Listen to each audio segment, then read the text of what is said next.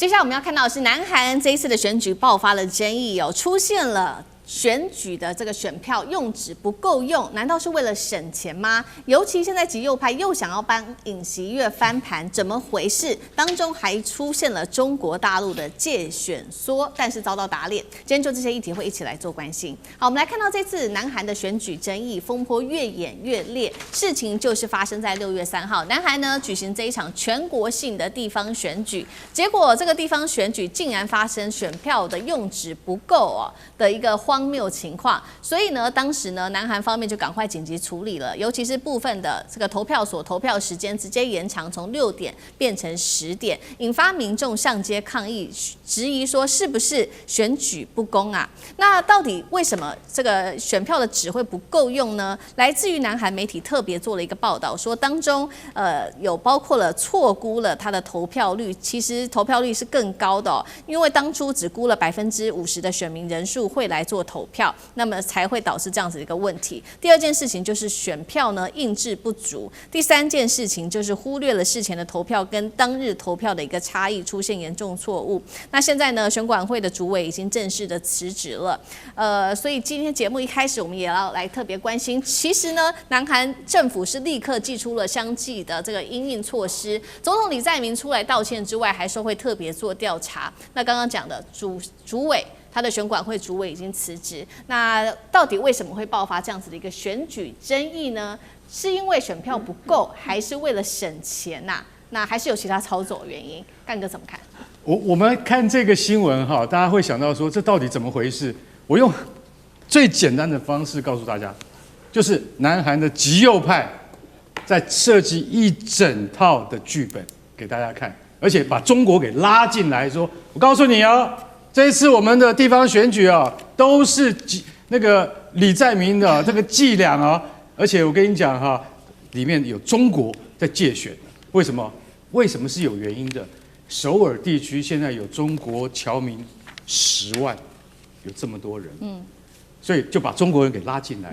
而為什麼你知道？因為李在明最親中的，我跟你講，沒有把他拉進來的話，我們在野怎麼會贏呢？現在大概先有一個架構。好，我們現在來講。選票不夠，他說用紙不夠，你聽起來會覺得很瞎，這怎麼哪有這種理由，對不對？是有原因的。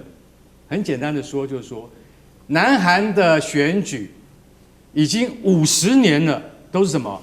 可以事前投票，還有正式投票兩階段。什麼叫事前投票？就是說，我們怕到時候正式投票那邊擠在一起人很多對不對？那我們乾脆在前一個禮拜5、禮拜62天，你都可以事前投票。事前投票可以不在籍，不在你的戶籍都可以投。但是到了正式選舉那一天，你要在籍，比如說在你自己家裡戶籍的附近的投票所投下你的票所以這個就是說有分別的。結果你知道50年下來，他們發現一件什麼事情？你知道，每次到了正式投票的時候，你知道這個票太多了，為什麼？大家都投完了，所以剩一大堆票。因為經驗使然所以說李在明他們這一次他們的選舉就是說，到了正式投票那一天，票沒有那麼多，因為他們估算大概只有50%的人還沒有投票，結果不小心出了差錯。這個地方叫什麼地方？叫做首爾市松坡區蠶室7棟投票所。光這個地方就差了4700張票，天哪！4700個人來投票，沒有票給你投，發生什麼事情？嚴重錯估了當地選民的數量。好，這是一個選委會很大的疏失，可是這個跟舞弊有沒有關係？我現在來告訴各位，到底有沒有關係？第一，南韓3大報沒有報這個新聞。南韓3大報是什麼報？東亞日報、朝鮮日報等等，這3大報沒有報這個新聞。然後南韓的 KBS 主要電視台沒有報這個新聞。好，沒有關係。你說都是執政黨在操控。再來好了，南韓大學、朝鮮大學的社團有沒有跳出來？也沒有。大家聽懂了嗎？不管是媒體，不管是大學生的社团，沒有人再出來講這件事情，因為他們都認為是選務的措施，這個是行政疏失，而不是選舉舞弊。可是極右派一定要牽扯到李在明是故意的，為什麼？親中派要選出這個親中的議員跟親中的地方的市長。好，我現在把結果告訴大家，結果是什麼？你知道嗎？結果是那個國民力量，也就是在野黨，在首爾市的選舉獲勝了，也就是現在下一屆的首爾市長是在野黨的，而不是李在明的執政黨。如果選舉舞弊的話，那請問在野党不是要跳出來馬上跑到街頭嗎？對不起，在野黨贏了，贏了以後，那照理講，那個極右派就沒有話講了嘛，對不對？我們支持的在野黨他贏了嘛，結果他們還是要繼續講，有陰謀，有陰謀，有陰謀，有介選，有中國人介選。我把故事簡單講完，大家認為這裡面還有中國介選的因素在裡面嗎？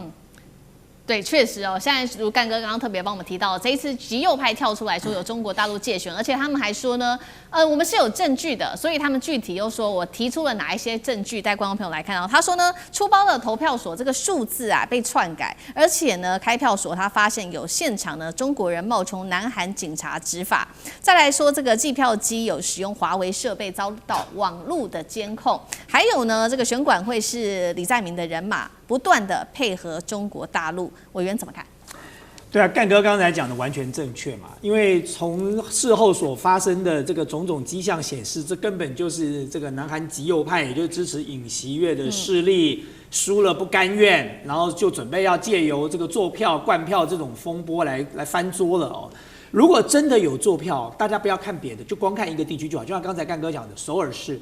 首爾市市長當選的是誰？不是執政黨對，首爾市市長當選的是在野黨，是極右派勢力支持的吳世勳，他是5連任了，而且他是以非常些微的票數領先當選的哦，所以他是國民力量党的人。如果今天李在明真的要結合什麼外部勢力來做票，第一個就應該要做掉吳世勳啊，這多容易的事情啊！他是用些微的差距當選的，他不是說什麼壓倒性的勝利啊，可是他當選了，所以這代表說他真的要做票嗎？要做票怎麼會不把這麼重要的一個位置拿下來呢？那第二個重點就是他們說這投票率有問題，可是南韓自己的事實查核中心，包含南韓的選委會，最後都公布這個投票率，全國投票率61%，不是100%，也不是他們外傳的什麼130%，沒有灌票這件事。第二就是剛才提到的說華為的投票機有問題，可是後來這個選委會也出來說明了，華為的投票機是斷網的。沒有聯網的，你看過哪一個地方的投票機，這個點票機要聯網的，它是斷網的，根本就沒有連在網絡上，所以沒有所謂的什麼華為在後面監控操控的問題、灌票的問題，沒有這件事啊。第三，說中國人冒充警察在現場，可是事實上後來查清楚，發現說那是一個極右派的直播主，因為跟投票所的義工有衝突。然後他覺得那個義工的這個韓文的發音不標準，對，所以他就合理的懷疑說你就是中國人哦，所以呢韓文的發音不標準，那就完了。在台灣講國語的發音不標準的很多，我講台語發音也不見得標準，所以呢這些代表說只要講任何話不標準，都可能是外國派來的間諜，就對了。那再來就是說，我們也要問奕修，就是何謂介選了？因為想到介選哦，川普其實也經常公開的表達他支持的候選人，或者副總統也有支持他國的候選人等等。那奕修又怎麼看同樣的問題？我先補充一下，為什麼韓國這次保守派就是這麼崩潰了啊？這個我們看一下24年跟26年的差距哦，大家從那個面積寫個意見就差別吧。那最大的問題來自哪裡？其實首爾這保守派一點都不意外。剛才大邱也說了，連5屆，為什麼？因為韓國首爾就是最多什麼老韓男的地方啊，最有錢最保守就是首爾，所以首爾輸掉根本不重點，重點是首爾鄰近都市像仁川特別是這2塊就仁川特別是輸掉了。這個是很重傷的。再來，你看幾乎一律輸掉這樣，連大邱除了大邱這個最重要的保守派核心之外，其實連釜山都輸掉了。釜山過去也很常是保守派在執政，所以大家知道這次的輸是輸的特別慘。那為什麼在首爾這邊好像年輕人看起來，你可以去看那個比例，年輕人好像不太支持進步派？因為很簡單，因為首爾叫地獄朝鮮。房價太貴，所以年輕人對於執政黨，尤其對於總統有天然的反感。邏輯是這樣子，但是沒有用啊，因為住在首爾的人非富即貴，所以年輕人也沒有多少人有真正的投票權，這個影響並不大哦。這是第一個，所以這叫做大選輸太多，輸到痛口之後的崩潰現象哦，這個不用再理他哦。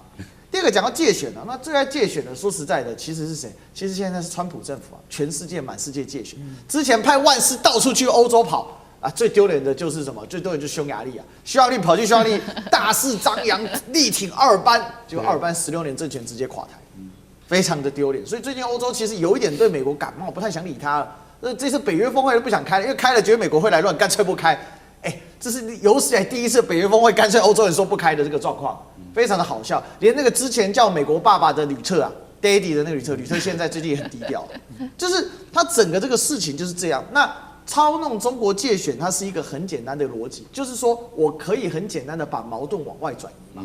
那並且呢，所謂的中國介選就可以套上什麼？這個叫套上一個皮套，就是說中國大陸啊，紅色的邪惡軸心啊，就跟蘇聯的繼承者俄羅斯是一起的，然後呢，再跟這個伊朗，再跟朝鮮，然後你看邪惡四兄弟，我就拉起來。這就是全球反華鷹派的一個同樣的一個邏輯嘛。那為什麼在韓國也在操縱這一套呢？因為韓國的這種右翼分子那他們呢其實是非常親日的，他們其實就是當年日本遺留下來這些餘孽，但是因為朝鮮戰爭就韓戰爆發之後。